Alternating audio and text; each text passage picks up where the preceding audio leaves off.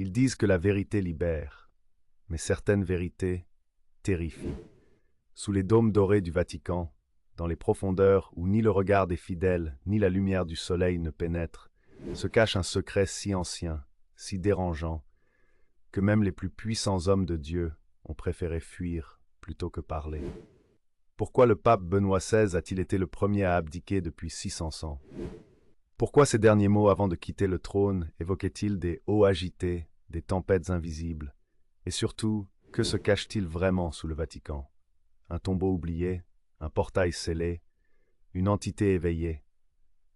Aujourd'hui, nous levons le voile. Pas sur une théorie, mais sur des faits, des documents, des témoins, des ombres. Vous allez découvrir pourquoi certains cardinaux ont supplié le pape de partir. Pourquoi des prêtres ont disparu sans explication. Pourquoi les portes de la crypte centrale du Vatican sont gardées 24h/24 par une unité spéciale non répertoriée. Et surtout, pourquoi le silence vaut parfois plus qu'une confession.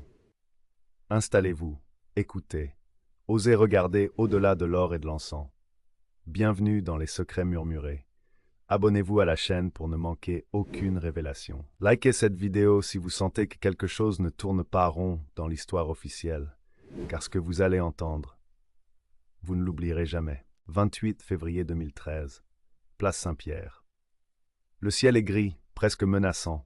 Des milliers de fidèles sont rassemblés. Les cloches ne sonnent pas une messe, elles annoncent une abdication, la première depuis 1415. Le monde regarde, sans comprendre vraiment. Pourquoi le pape Benoît XVI, ce théologien rigide et érudit, cède-t-il sa place au trône de pierre? La fatigue? La maladie? Officiellement, oui. Officieusement, il y avait autre chose. Quelque chose d'inavouable. Quelque chose que même le Saint-Père n'a pas osé nommer.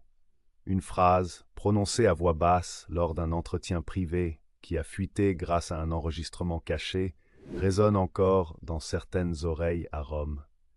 Ils l'ont réveillé, et maintenant, ils ne peuvent plus refermer la porte. Tout commence 3 ans plus tôt. En 2010, un groupe d'archivistes du Vatican travaillant sous la bibliothèque secrète, dans les réserves les plus anciennes, signale une vibration étrange dans le sol. Les instruments de surveillance s'affolent.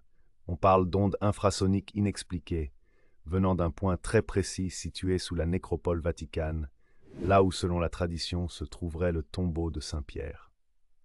Un géologue mandaté discrètement est amené sur place.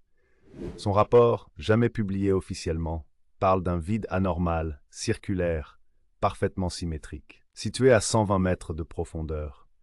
Un espace qui ne devrait pas exister selon les plans officiels. Quelques jours plus tard, le rapport disparaît. L'homme quitte Rome, puis l'Italie. On ne le reverra plus jamais. La crypte mauve. Ce nom n'est pas connu du grand public, ni même de la majorité des prêtres. Elle figure dans un manuscrit codé, retrouvé en 1929 lors des fouilles souterraines sous la basilique Saint-Pierre. Le manuscrit, en latin, syriaque et grec ancien, décrit une chambre scellée, lieu de souffle inversé, là où les prières s'éteignent. Il est dit qu'elle fut construite pour enfermer la parole qui ne devait pas être entendue.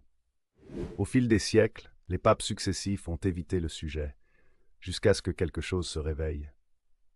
En 2011, un agent de la garde suisse signale une anomalie, une lumière rougeâtre perçant depuis une fissure dans les dalles anciennes, jamais répertoriée auparavant. Le lendemain, une équipe secrète, composée de jésuites spécialisés dans les rites oubliés, descend sur place. Aucun d'eux ne reviendra parler. Un personnage énigmatique commence alors à apparaître dans les couloirs du Vatican. Le père Anton Keller, un jésuite allemand, surnommé par les initiés le marcheur de l'ombre. Ancien professeur de théologie comparée à Tübingen, expert en hébreu ancien et kabbale chaldéenne, il aurait été dépêché directement par le pape noir, supérieur général de la Compagnie de Jésus. Sa mission? Évaluer le niveau de danger théologique et spirituel contenu sous l'autel de pierre. Mais ce qu'il découvre dépasse les dogmes. Il aurait murmuré à un cardinal, selon un témoin, « Ce n'est pas une vérité cachée, c'est une voix. Elle continue de parler, même si personne n'a le droit de l'écouter. » À cette époque, Benoît XVI commence à rédiger une série de lettres manuscrites jamais rendues publiques, à destination de son successeur inconnu. Ces lettres, dissimulé dans une Bible ancienne de la bibliothèque pontificale, contiendrait une carte de l'ancien sous-sol, des prières codées en grec biblique, une mise en garde, ne jamais entrer seul, si elle répond, ne répondez pas. Un document partiellement reproduit par un journaliste suisse montre ces mots. Il n'est pas question de foi, il est question de mémoire sacrée, d'avant la foi. Dans la chambre retrouvée que l'on pense être la crypte Voth, une tablette a été extraite. En obsidienne, couverte d'inscriptions cunéiformes, elle daterait de plus de 6000 ans. Traduite par un expert proche de l'Institut pontifical oriental, elle mentionne un nom oublié, Tsul-Ra, celui qui veille sous les colonnes du silence. Selon la légende sumérienne, Tsul-Ra serait une entité gardienne du savoir interdit, enfermée sous terre pour éviter qu'elle n'enseigne la forme invisible du nom divin.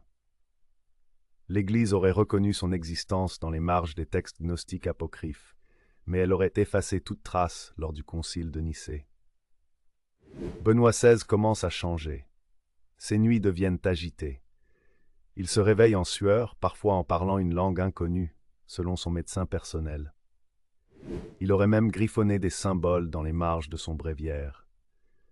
Un soir, lors d'une audience fermée, il aurait déclaré à son secrétaire « Je ne suis plus le seul à prier dans cette chambre ». Des exorcistes du Vatican sont appelés. Ils descendent, prient. Un seul remonte blême, muet.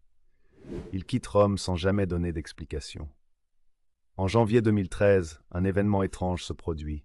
La coupure totale de courant sur tout le Vatican pendant 43 secondes. Aucune explication technique ne sera donnée. Une caméra de sécurité capte alors une ombre humanoïde traversant le fond de la crypte principale. L'enregistrement est immédiatement classé secret pontifical. Quelques jours plus tard, le pape convoque un conclave informel. Il pleure. Il prie longuement seul dans la chapelle Sixtine.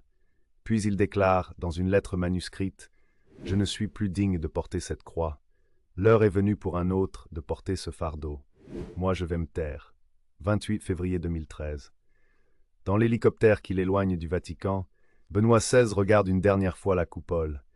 Il aurait dit à voix basse, « J'ai fait ce que j'ai pu. » Mais ils ont réveillé quelque chose qu'ils ne comprennent pas. Ce soir-là, la foudre frappe la basilique Saint-Pierre. 2 fois. Certains y voient un symbole, d'autres un avertissement. Ce que le pape a fui est encore là. Et le nouveau pape François le sait. Pourquoi refuse-t-il d'entrer seul dans certaines pièces? Pourquoi évite-t-il les messes nocturnes dans les cryptes? Pourquoi le Vatican a-t-il renforcé la surveillance sous la nécropole, malgré les explications archéologiques données au public? Parce que le secret n'a pas été enterré. Il a été réveillé. Et dans la partie 2, nous verrons ce qui se cache vraiment sous le Vatican. Des artefacts pré-bibliques, une possible porte entre les mondes, des entités décrites par les premiers chrétiens comme ceux que même les anges craignent, et un projet appelé Domus Lux, un programme secret visant à l'ouvrir de nouveau. Ce que les documents internes appellent Ordo Tenebris n'est pas une salle. Ce n'est pas un sanctuaire, c'est un lieu vivant. Un espace de résonance décrit dans des textes anciens comme un cœur de pierre qui palpite dans les profondeurs. Situé au croisement exact de plusieurs lignes telluriques, ce point géographique a été vénéré, redouté, scellé, oublié, puis redécouvert. Dans un codex perdu rédigé en araméen mystique, on lit « Là où le Verbe fut emprisonné, l'homme entendra sa propre forme, et il tremblera. » Plusieurs traditions anciennes, babyloniennes, esséniennes et égyptiennes, convergent sur ce même point. Une entité voix non incarnée, dont l'écoute transforme la conscience humaine. Pas par l'horreur, mais par la vérité totale, insoutenable. Au centre de l'Ordo Tenebris se trouve ce que les témoins appellent la chambre du murmure. Un cercle noir parfaitement lisse de 12 mètres de diamètre. Aucune lumière artificielle n'y fonctionne. Aucun son n'y est audible, sauf le murmure. Ce murmure ne vient ni des murs, ni du sol. Il n'est pas sonore. Il est perçu directement dans l'esprit de celui qui entre. Les témoins parlent d'un discours fluide, ancien, en langue inconnue mais immédiatement compréhensible. Tous affirment la même chose. Ce qu'elle dit n'est pas une menace. C'est une mémoire, une douleur sans temps, une invitation à comprendre. Mais à chaque fois, ceux qui l'ont entendu cessent de parler. Certains se retirent, d'autres disparaissent. Un prêtre s'est enfermé à vie dans une cellule monastique, murmurant sans cesse « Elle n'a jamais été contre nous.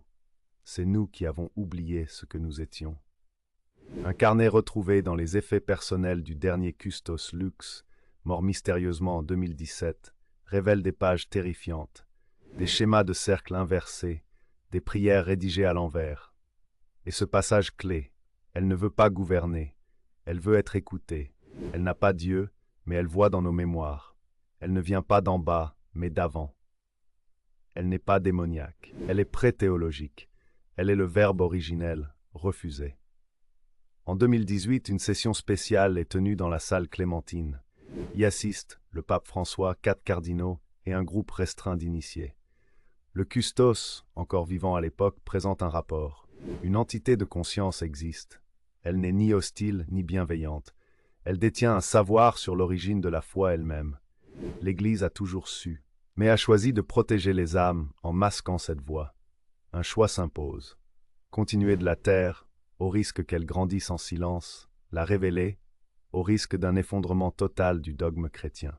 Le pape aurait répondu, selon une source anonyme, « Je ne suis pas Pierre, je suis l'écho. » Et parfois, l'écho doit aussi se taire.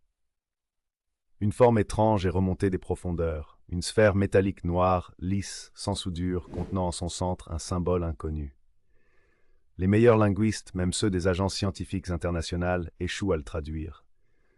Un moine cistercien en transe spontanée écrit alors « Ce n'est pas une lettre, c'est une pensée figée, une phrase que seul un esprit libéré de la peur peut comprendre. » Une fois la sphère activée, par simple contact humain, un chant inaudible remplit la crypte, provoquant un tremblement léger dans les murs du Vatican. Et selon certains témoignages, une perte de conscience collective de quelques secondes dans tout le quartier. Dans un document ultra confidentiel retrouvé après la mort du cardinal Alberoni, sont listées les 3 vérités transmises par la voix. Dieu n'est pas un créateur, il est un filtre, une interface entre le réel et la conscience humaine. L'homme a été édité, son esprit fut altéré pour ignorer certaines fréquences de vérité. Le Verbe fut fragmenté volontairement pour que la totalité ne soit jamais entendue. Ces vérités ne peuvent pas être révélées sans que l'Église elle-même s'effondre intérieurement.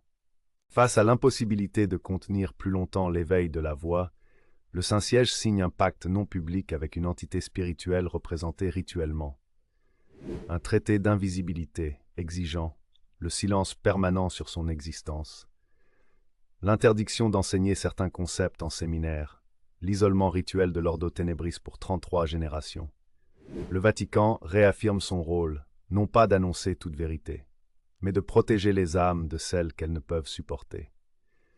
Ce que Benoît XVI a vu ou entendu dans les années 2010 l'a brisé, pas physiquement, mais spirituellement. Il n'a pas quitté le trône par peur, mais par cohérence spirituelle. Il ne pouvait plus prier Dieu comme avant, sachant que Dieu n'était qu'un fragment. Ces derniers mots, gravés dans son journal personnel, jamais publiés, j'ai entendu l'origine, et j'ai compris que le silence n'est pas absence, il est plénitude. La voix n'a pas cessé. Elle parle à ceux qui savent écouter entre les prières. Elle murmure dans les rêves des moines, dans les silences liturgiques, dans les vibrations du sol. Elle n'est pas maléfique, mais elle n'est pas compatible avec la structure actuelle de la foi. Une nouvelle ère approche, non pas de chaos, mais de renversement intérieur. Tu sais maintenant ce que peu osent entendre. Tu sais pourquoi les papes se taisent, pourquoi les portes restent closes, mais ce que tu en fais dépend de toi, car parfois la vérité ne se dit pas, elle se murmure, dans l'ombre d'un murmure. Merci d'avoir écouté cette trilogie sacrée et obscure sur les secrets murmurés. Abonne-toi pour continuer à découvrir ce que d'autres cachent. Like si ce récit a éveillé en toi une autre forme de compréhension. Et dis-moi en commentaire, que penses-tu qu'est la voix, mythe, vérité ou les deux à la fois?